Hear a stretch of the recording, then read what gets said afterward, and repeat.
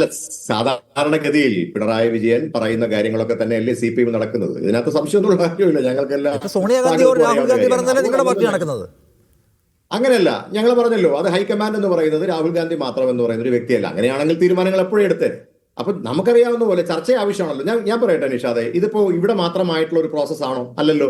കർണാടകത്തിലെ പ്രോസസ്സ് ഇതുപോലെ തന്നെയാണല്ലോ മുന്നോട്ട് കൊണ്ടുപോയിട്ടുള്ളത്. ആയിട്ടുള്ള കുറെ ആൾക്കാർ പെട്ടെന്ന് രൂപപ്പെടുക, അവരെല്ലാം കിടന്ന് വഴക്കുണ്ടാക്കുകയും ചെയ്യാം. വഴക്കിനകത്ത് തീർപ്പുണ്ടാക്കാൻ നിങ്ങൾ ബുദ്ധിമുട്ടാണ്. അതിനെ നിങ്ങൾ ഈ ചർച്ച എന്നൊക്കെയുള്ള ഓമനെ പേരിട്ട് വിളിക്കല്ലേ. നിങ്ങളുടെ പാർട്ടിക്കകത്ത് വൻ അടി നടക്കുകയാണ് ആര് മുഖ്യമന്ത്രി ആവണമെന്ന കാര്യത്തിൽ. അതായത് ഈ തെരുവിൽ കാണുന്ന ജനരോഷത്തെ ഞാൻ മാനിക്കുന്നില്ല എന്ന് KC പ്രഖ്യാപിക്കുന്നു. KCയുടെ കൂടെ അതിന് പറ്റിയ ആളെ അദ്ദേഹം അറേഞ്ച് ചെയ്തിട്ടുണ്ട്.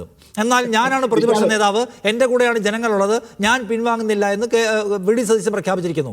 അങ്ങനെയല്ല, ഇത് ആരുടെയും എടുക്കുന്നുമല്ല, നമുക്കങ്ങനെ കിട്ടിയ ഒരു ജനവിധിയാണ്. അപ്പോൾ സീനിയോറിറ്റിയാണ് നോക്കേണ്ടത്. അങ്ങനെയാണെങ്കിൽ ഞാനാണെന്ന് രമേശ് ചെന്നിത്തല കണ്ടുപിടി പിടിക്കുന്നു. നിങ്ങളുടെ 3 നേതാക്കന്മാർ കിടന്ന് പിടിക്കുന്നത് കൊണ്ടാണ് 10ാം ദിവസവും കേരളത്തിന് മുഖ്യമന്ത്രി ഇല്ലാത്തത് എന്നല്ലേ അതിൻ്റെ മലയാളം. നിങ്ങളതിനെ ചർച്ച എന്നൊക്കെയുള്ള പേര് വിളിക്കുകയാണ് എന്നല്ല അതിന്റെ മലയാളം. ജനാധിപത്യ പാർട്ടിയാവുമ്പോൾ സ്വാഭാവികമായി ചർച്ചയുണ്ടാവും. ചർച്ചയില്ലാതെ നമുക്ക് ചെയ്യാൻ കഴിയില്ല. ഇതൊരു കോർപ്പറേറ്റ് കമ്പനി അല്ലല്ലോ, രാഷ്ട്രീയ പാർട്ടിയല്ലേ. സ്വാഭാവികമായിട്ട് നിങ്ങൾ മനസ്സിലാക്കേണ്ട ഒരു പ്രധാനപ്പെട്ട കാര്യം, ഈ MLA മാർ തമ്മിൽ എവിടെയെങ്കിലും അഭിപ്രായ വ്യത്യാസം പറഞ്ഞു കേട്ടിട്ടുണ്ടോ? നിങ്ങൾ ഏതെങ്കിലും MP മാർ തമ്മിലുള്ള അഭിപ്രായ വ്യത്യാസം നിങ്ങൾ കേട്ടിട്ടുണ്ടോ? ഏതെങ്കിലും KPCCയുടെ ജനറൽ സെക്രട്ടറിമാർ തമ്മിൽ അഭിപ്രായ വ്യത്യാസം പറഞ്ഞിട്ടുണ്ടോ? അപ്പൊ ഞാനിവിടെ വക്താവായിട്ട് ഞാൻ 4 or 5 തവണയായിട്ട് പല ചാനലുകളിൽ ഞാൻ പോകുന്നു. ഞാൻ ഏതെങ്കിലും ഒരു നേതാവിന്റെ പക്ഷം പിടിച്ചല്ലോ സംസാരിക്കുന്നത്. ഞാൻ ഞങ്ങളുടെ പാർട്ടിയുടെ നിലപാടല്ലേ പറയുന്നത്. അവിടെ നിങ്ങൾ സാധാരണഗതിയിൽ അങ്ങനെ ഒരു അടി ഉണ്ടെങ്കിൽ എനിക്കെതിരായി സംസാരിക്കാനായിട്ട് പാർട്ടിയിൽ നിന്ന് തന്നെ മറ്റൊരാൾ വരുമായിരുന്നു. ഇവിടെ അങ്ങനെ ഇല്ലല്ലോ. അപ്പൊ ഞാൻ പറയാൻ ആഗ്രഹിക്കുന്ന ഒരു പ്രധാനപ്പെട്ട കാര്യം, ചർച്ച വന്നോട്ടെ നിഷാദ്. ഞാൻ പറയുന്നത് എല്ലാ കാര്യത്തിലും ചർച്ചയില്ലാതെ തീരുമാനങ്ങൾ എടുക്കുന്നു എന്നുള്ളതായിരുന്നല്ലോ ഇതുവരെയുള്ള നിങ്ങളുടെ പരാതി. സ്വാഭാവികമായിട്ടും മാധ്യമങ്ങളൊക്കെ പറഞ്ഞത് കേരളത്തിൽ കഴിഞ്ഞ 10 വർഷമായി ചർച്ചകൾ ഒന്നിലും ഉണ്ടായിരുന്നില്ല.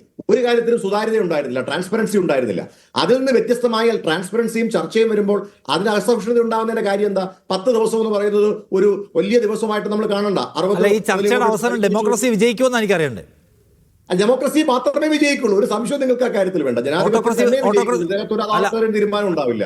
കോൺഗ്രസ് പാർട്ടിയിൽ ഒരു തരത്തിലുള്ള അതോറിറ്റിയും തീരുമാനം ഉണ്ടാവില്ല. എല്ലാവരെയും ഞാൻ ചോദിക്കുന്നപ്പോൾ ഈ VD സതീശൻ വേണമെന്ന് പറയുന്നതും ഡെമോക്രസിയാണ്, KC വേണുഗോപാൽ വേണമെന്ന് പറയുന്നതും ഡെമോക്രസിയാണ്. രണ്ടും ഡെമോക്രസിയുടെ 2 തലങ്ങളാണെന്നാണോ ഹരി പറയുന്നത്?